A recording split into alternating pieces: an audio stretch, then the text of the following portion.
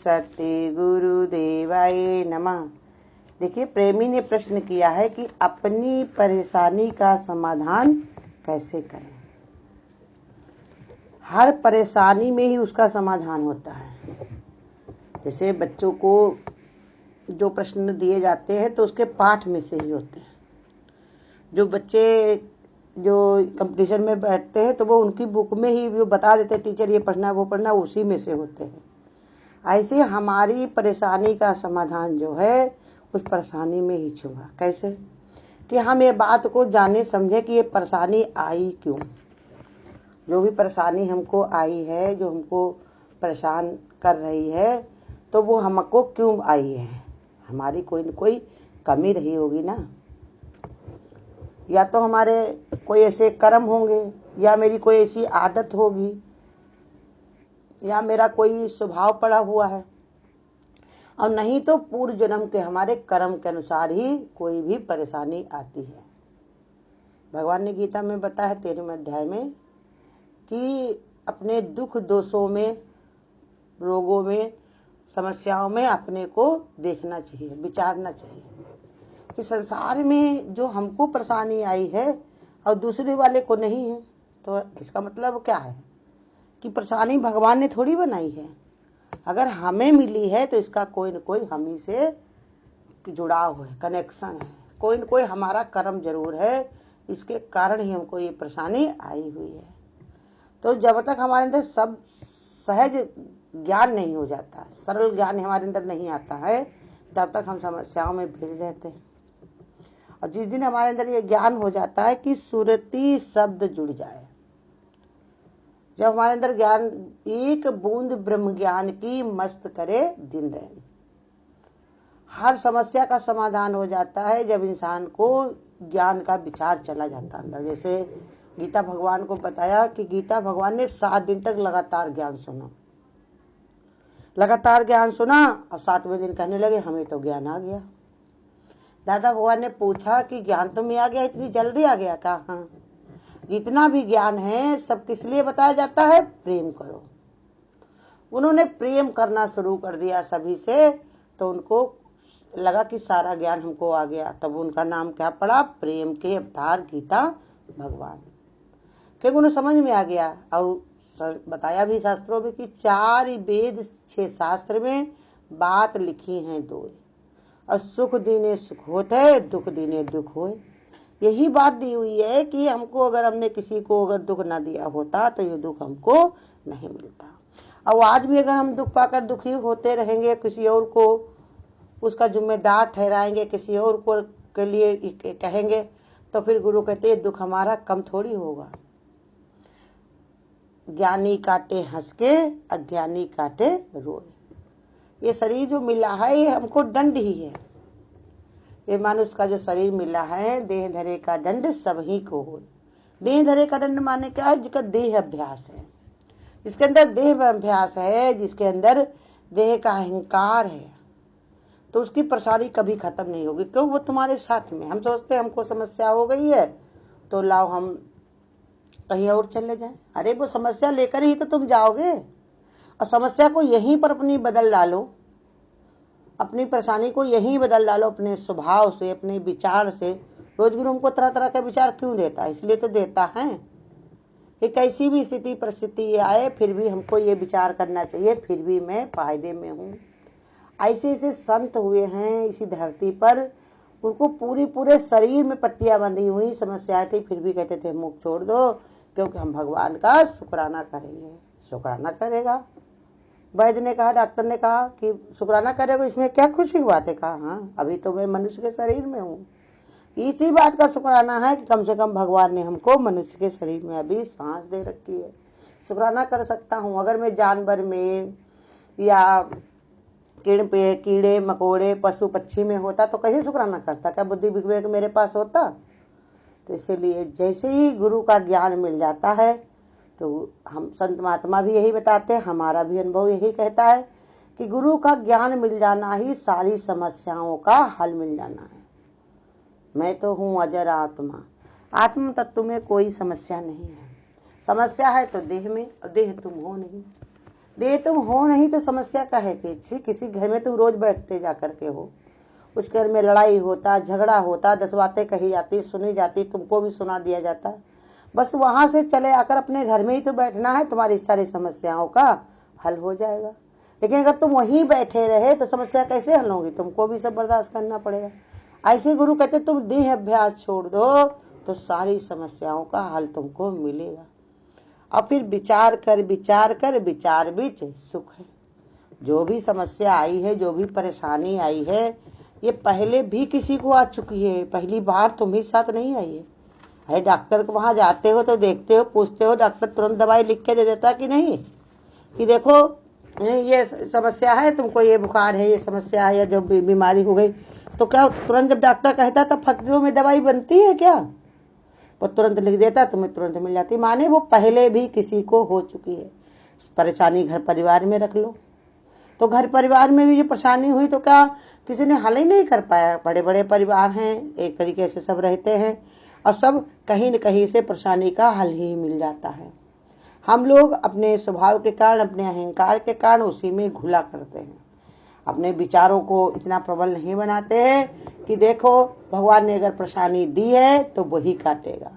Mother India में देखो कैसे गाना नहीं है, गम जिसने दिया है वही गम दूर करेगा, दुनिया में अगर आए हैं जीना ही पड़ेगा, जीवन है अगर जहर तो पीना ही पड़ेगा। तो ऐसे ही भगवान को तुम सहारा लो ना, परमात्मा का विचार करो ना, भगवान की शरण लो ना, तो वो तुम्हारे सारी परेशानी को हरण करेगा। कैसी भी समस्या हो, कैसी भी परेशानी हो, भगवान की शरण लो, भगवान के विचार करो। और गुरु कहते मौन होकर के बैठ जाओ, धीरज धरे तो उतरे पारा।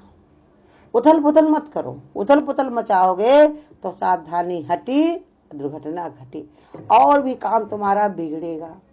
इसलिए भगवान कहते धीरज धर के बैठ जाओ और देखो कुछ ना कुछ इसका हल निकलेगा जरूर, कोई न कोई आके तुम्हें बताएगा। अब भगवान का ध्यान विचार करोगे तो तुम्हारे अंदर से ही बुद्धि पैदा होगी।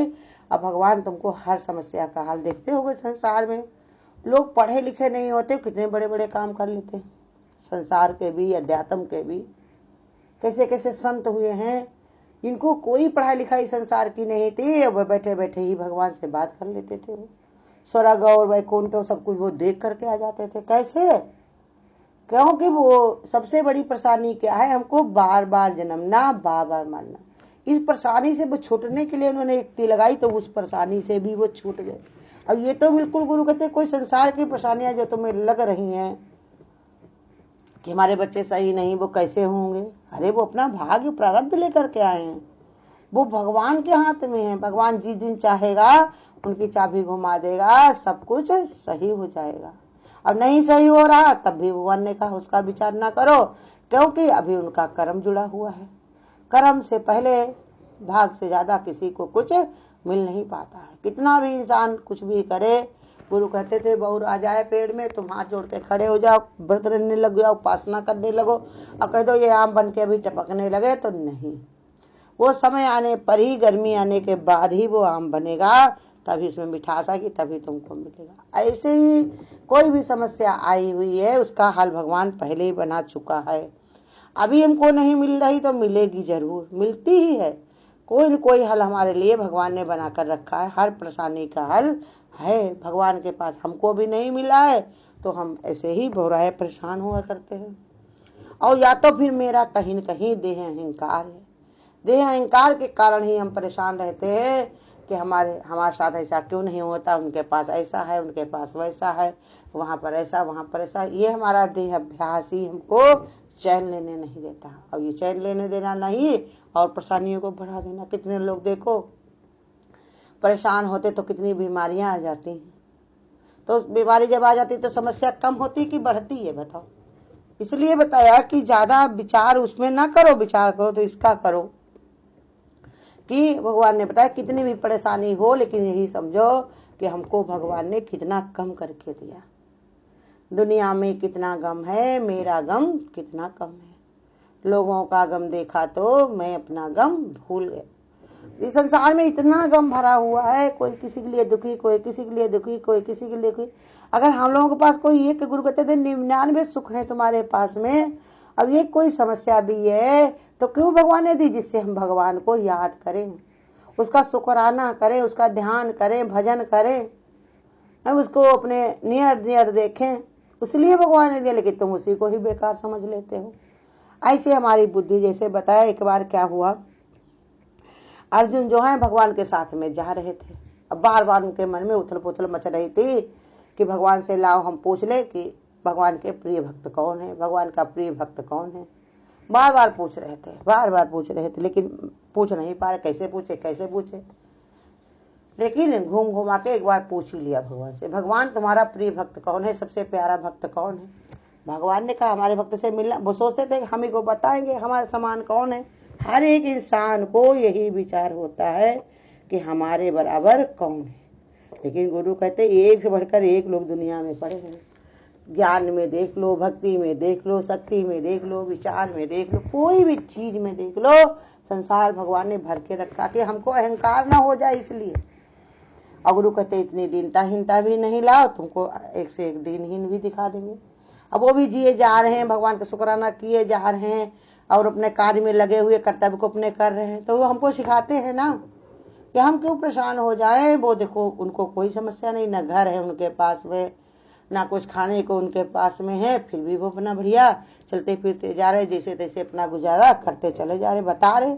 और कहते कोई अहंकारी, कोई बहुत ज्यादा जिसके पास है भी, तो वो भी हमको ज्ञान देता, क्या वो लेकर के जाएगा, या वो उसको सुख दे रहा है, चैन दे रहा है, शांति दे रहा है, इतना सब भरा हुआ है। लेकिन गुरु कहते अंबानी जैसे भी लोग हैं तो क्या उनको शांति मिलती है, वो भी परेशान रहते हैं। अभी हमें और पाना है, अभी उनको कोई विदेश में मिल जाएगा, कहीं इधर मिल जाएगा, कहीं उधर मिल जाएगा, उनको देख के होड़ लगा के बैठे होंगे। तो ऐसे ही अर्जुन के मन में आया कि भगवान हमको ही कहेंगे कि हम ही परम भगत है। लेकिन भगवान ने ऐसा नहीं कहा। भगवान ने कहा कि देखो तुम्हारे भक्त से मिलना चाहते हो, चलो हम तुमको मिलवाते हैं। भगवान को लेकर के चलेगी, घने जंगल में निकलते हुए जा रहे थे तो देखा वही जंगल में एक वो बनाया हुआ था लकड़ी से, जैसे लोग खेते तकने के लिए अपना नहीं बनाते हैं, मछिया जैसी बना लेते, चारों तरफ से रस्सी लगा करके अपना बांध बूंद के उसी में रहते। ऐसे ही एक बना करके जंगल में पड़ा हुआ था। पिया पिया पिया, अर्जुन को देखा, उसको देख करके कहने लगे बेचारा कितना प्यासा है, पानी को कह नहीं पा रहा, परेशानी में कभी परेशानी में बार बार यही बोल रहा पिया पिया पिया पिया। कह रहा कि हमें कोई पानी पिला दे, कोई पानी पिला दे। ऐसे अर्जुन भाई गए नजदीक, है पानी पियोगे पानी पियोगे पानी पियोगे, ऐसे पूछ ही रहे थे। इतने में उसके प्राण रखते रूप चले गए।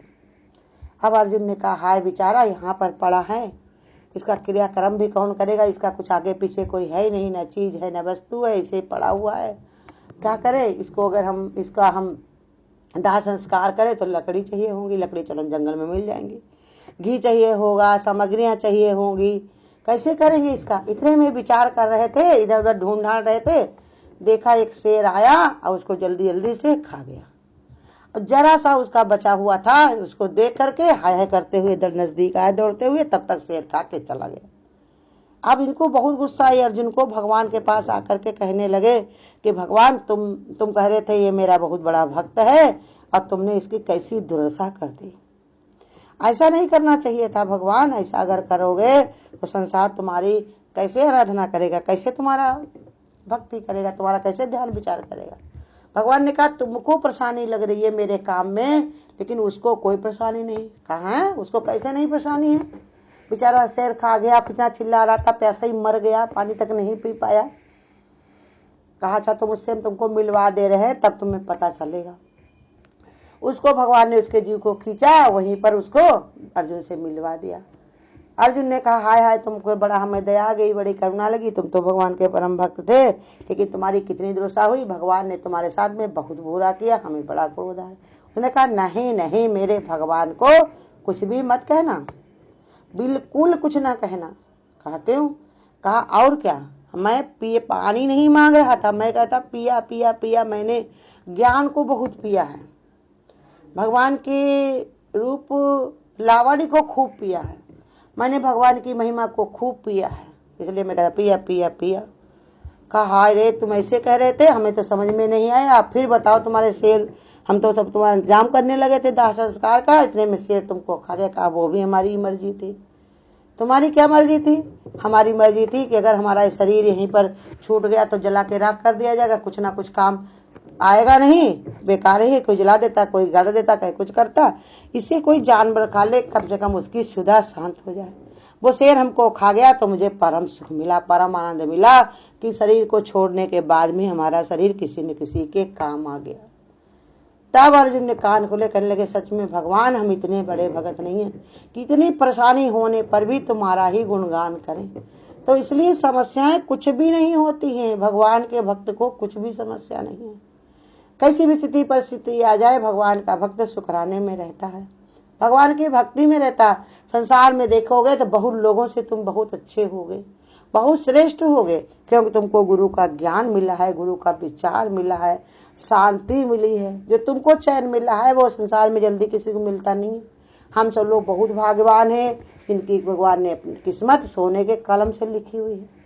तो इतना शांति, इतना सुकून, इतना भगवान ने कहा विवेक दिया है उन्होंने। भगवान गुरु की बहुत कृपा है। गुरु तो हमारे बहुत कुछ समझाते हैं कि इस ज्ञान को कहीं भी छपाओ नहीं, नेट पर न भेजो, लेकिन प्रेमियों के किसी भी शांति मिले, कहीं तृप्ति मिले, इसके लिए किया जाता। नहीं तो विख्यात होके क्या मिलेगा कि एक न एक दिन तो शरीर को छोड़ना ही छोड़ना है।